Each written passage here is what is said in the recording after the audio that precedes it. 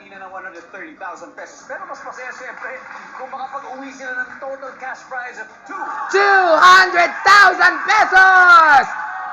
Ew! Let's go! I'm so ready! Let's go! 1,000 din ang napiling charity. Ano ba ang napili ninyo, Zef? This is Favor Care Foundation Incorporated. Yan. Alright! I'm gonna donate that money to that charity! Yay! Let's go! Sa kasalukuyan nasa waiting area si Hannah. Good luck, Princess Zef! Kaya mo yan because you're my idol. Furthermore, I love you. I have faith in you. And moreover, you know the rest. Good luck, Princess Zef! On a scale of 1 to 10, 10 being the highest, gaano ka kahusay sa pagsagot sa mga tanong sa Family Feud? Go. 10! 5. Huh? Makikita sa kwarto ng isang pare, The Bible, the Holy Bible. Cross. karaniwang sakit ng matatanda. Tuberculosis. Ano ang sign na ang lalaki sa kanto ay isang driver? Nakaputing shirt. He's always on the move. Crime ng pass. Pass.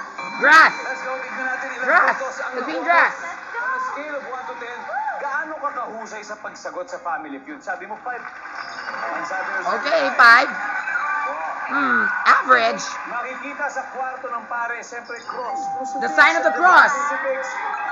Okay, nice. Karaniwang sakit ng matatanda, diabetes. Sexy mo, Princess Zef! Sa survey ay, Top answer! Oh, bummer. sign na ang lalaki sa kanto ay isang driver, sabi mo yung nakaputing t-shirt. Ang sabi ng Nope. survey sa puting t-shirt ay, wala. Come on. Sign ng pass, sabi mo mask. Ang sabi ng survey natin ay, yes. Excellent! 69 Yes. points. At least I'm a Christian, that's why. That's why I said mass. Hannah. Yes! Let's go, Hannah. Not Hannah Lobesito, but Hannah Brasilia, the singer. 131 na kailangan. You can do this. At this point, makikita na ng manunood ang sagot ni Zephanie. You meet 25 seconds on the clock. Here we go again. Gaano ka kahusay sa pagsagot sa mga tanong sa Family Feud? Go. 8. Makikita sa kwarto ng isang pare. Bible. Karaniwang The Holy sakit ng Bible. matatanda. Sa puso. Ano ang sign Heart ng attack. lalaki sa kanto ay isang driver? May bimpo. Word na karime ng pass. P-A-S-S. Anong karime ng pass? Class. Ha? Class. Class, as in classe. Hannah, we Very need good. 131 points. On a scale of 1 to 10, gaano ka kahusay sa pagsagot sa mga tanong sa Family Feud? Sabi mo 8. Tingnan natin ang sabi ng survey sa 8. Is that the top answer? That's I thought it was 10 after all. Makikita sa isang kwarto ng isang pare, sabi mo Bible. The Holy Bible is the top answer. Praise the Lord. Ano ang sign ng lalaki sa kanto ay isang driver? Sabi mo ay may bimpo. My bimbo. Oh yeah, especially jeepney drivers. Good.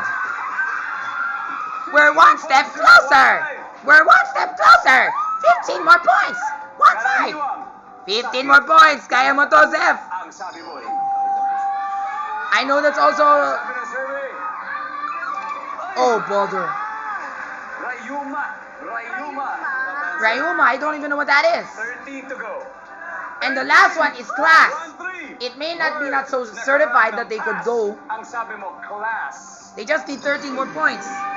13 more points. Kung kinuha sila ng 13 points, 30 points. ang sabi ng survey ay... Boring! Come on, sayang lang yun eh. Ang top answer ay mass. Nakuha niya. Bummer! Meron din. We were so close. I thought they were supposed to win this one. Never mind. Next time. Congratulations. Bye. Mas mag-uwi kayo ng 130,000 pesos. Alright?